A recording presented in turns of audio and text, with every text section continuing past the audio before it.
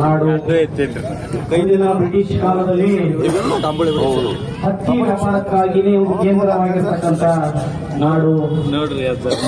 ಅತ್ಯಂತ ಮಳೆ ಪುರಸ್ಪರೆಯ ಹೊಂದಿರತಕ್ಕಂಥ ನಾಡು, ಭೌಗೋಳಿಕವಾಗಿ ಅತ್ಯಂತ ದೊಡ್ಡ ವಿಸ್ತರಣೆಯನ್ನು ಹೊಂದಿರತಕ್ಕಂಥ ನಾಡು.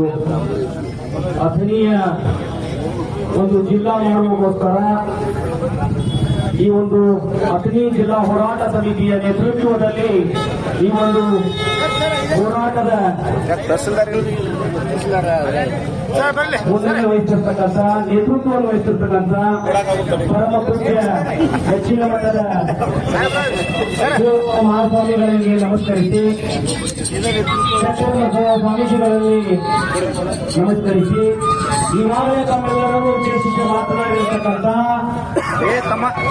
ಈ ರಾಜ್ಯದಲ್ಲಿ ನಡೆದಿರ್ತಕ್ಕಂಥ ಎಲ್ಲಾ ರೈತ ಹೋರಾಟಗಳಲ್ಲಿ ಇಲ್ಲಿವರೆಗೂ ನಾವು ನೋಡ್ತಕ್ಕಂಥ ಎಲ್ಲ ಕಾಪು ಹೋರಾಟಗಳಲ್ಲಿ ಅತ್ಯಂತ ದೊಡ್ಡ ಹೋರಾಟ, ಅತ್ಯಂತ ಯಶಸ್ವಿ ಹೋರಾಟ, ಒಂದು ನೇತೃತ್ವವನ್ನು ವಹಿಸಿ ಆ ಹೋರಾಟಕ್ಕೆ ಯಶಸ್ವಿ ತಂದು ಕೊಟ್ಟಿರತಕ್ಕಂಥ ತಮ್ಮನ್ನೆಲ್ಲರೂ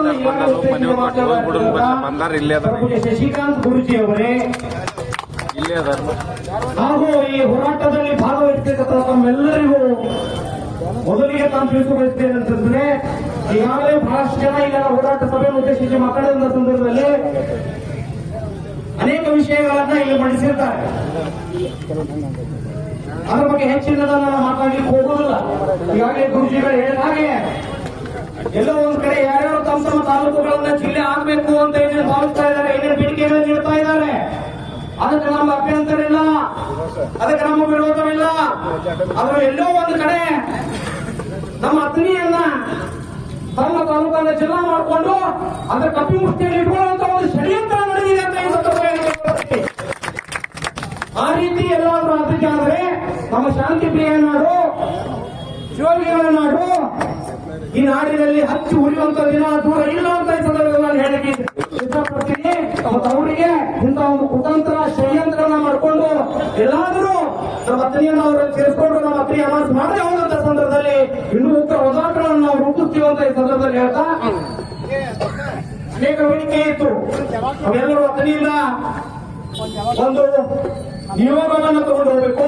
ಪರಮ ಪೂಜ್ಯರ ನೇತೃತ್ವದಲ್ಲಿ, ಮಾನ್ಯ ಶಾಸಕರ ನೇತೃತ್ವದಲ್ಲಿ ಒಂದು ನಿಯೋಗವನ್ನು ತಗೊಂಡು ಹೋಗುವ ಮಾನ್ಯ ಮುಖ್ಯಮಂತ್ರಿಗಳಿಗೆ ಒಂದು ಮನವಿಯನ್ನು ಸಲ್ಲಿಸಬೇಕು ಅನ್ನೋಂತ ಒಂದು ಬೇಡಿಕೆಯನ್ನು ನಿನ್ನೆ ನಾವು ಜಿಲ್ಲಾ ಸಮಿತಿಯವರು ಕೂಡಿ ಚರ್ಚೆ ಮಾಡಿದ್ವಿ. ತದನಂತರ ನಿನ್ನೆ ಸಾಯಂಕಾಲ ನಾನು ಬೆಳಗಾವಿ ಹೋದಂತ ಸಂದರ್ಭದಲ್ಲಿ ಮಾನ್ಯ ಶಾಸಕರ ಮುಖಾಂತರ ತಮ್ಮೆಲ್ಲ ನೆಚ್ಚಿನ ನಾಯಕರಾಗಿರ್ತಕ್ಕಂಥ ಮಾನ್ಯ ಲಕ್ಷ್ಮಣ್ ಸವದಿಯವರು ನಿನ್ನೆ ಮಾನ್ಯ ಮುಖ್ಯಮಂತ್ರಿ ಸಿದ್ದರಾಮಯ್ಯನವರನ್ನು ಸಂಪರ್ಕ ಮಾಡಿ ಈಗ ಕೆಲವು ಗಂಟೆಗಳ ಮುಂಚೆ ನನಗೆ ತಿಳಿಸಿದ್ದಾರೆ, ನಾಳೆ ಮಧ್ಯಾಹ್ನ 1 ಗಂಟೆಗೆ ಕೋಟೆಕೆರೆಯಲ್ಲಿ ಪಕ್ಕದಲ್ಲಿ ಇರ್ತಕ್ಕಂಥ ಬೆಳಗಾವಿ ಐಬಿಯಲ್ಲಿ ಅವರು 1 ಗಂಟೆಗೆ ನಮ್ಮ ಬೆಳಗಾವಿ ಅಥಣಿ ನಿಯೋಗವನ್ನು ಭೇಟಿ ಮಾಡಿ ಸಮಯ ಅವಕಾಶವನ್ನು ಕೊಟ್ಟಿದ್ದಾರೆ.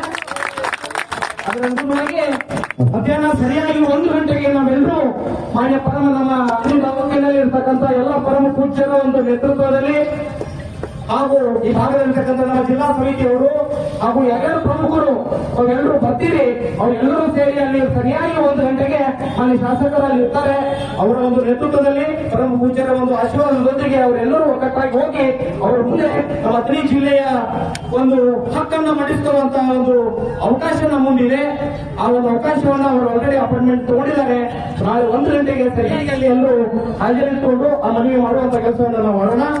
ಈಗಾಗಲೇ ತಹಸೀಲ್ದಾರರ ಪರವಾಗಿ ಮನವಿ ವೇದಿಕೆಯ ಒಂದು ಹೋರಾಟ ವೇದಿಕೆಯ ಒಂದು ಮನವಿಯನ್ನು ಸ್ವೀಕರಿಸಲಿಕ್ಕೆ ಅವರ ಪರವಾಗಿ ಅವರು ಪ್ರತಿನಿಧಿಯವರು ಬಂದಿದ್ದಾರೆ. ಮಾನ್ಯ ಪರಮ ಪೂಜ್ಯರು ಹಾಗೂ ಜಿಲ್ಲಾ ಹೋರಾಟ ಸಮಿತಿಯೆಲ್ಲರೂ ಕೂಡಿ ಈಗ ಮನವಿಯನ್ನು ಅವರಿಗೆ ಸಲ್ಲಿಸುವ ಮುಖಾಂತರ ಶಾಂತಿಯುತವಾಗಿ ನಾವೆಲ್ಲರೂ ಏನು ಹೇಳಿದ್ದೀವಿ, ಅತ್ಯಂತ ಶಾಂತಿಪ್ರಿಯ ನಾಡು, ಶಾಂತಿಪ್ರಿಯವಾಗಿ ನಾವು ಈ ಒಂದು ಹೋರಾಟಕ್ಕೆ ಇವತ್ತಿನ ಮಟ್ಟಿಗೆ ನಾವು ತಿರಂಜಿನ ಆಳೋಣ ಅಂತ ಈ ಸಂದರ್ಭದಲ್ಲಿ ಹೇಳ್ತಾ ಈ ಮನವಿಯನ್ನು ಕೂಡ ನಮ್ಮ ಎಲ್ಲ ಪೂಜ್ಯ ನೇತೃತ್ವದಲ್ಲಿ ತಾವಿಗೆ ಸಮರ್ಥ ಇದ್ದೇವೆ. ಅಥವಾ ಏನು ಮಾತ್ರ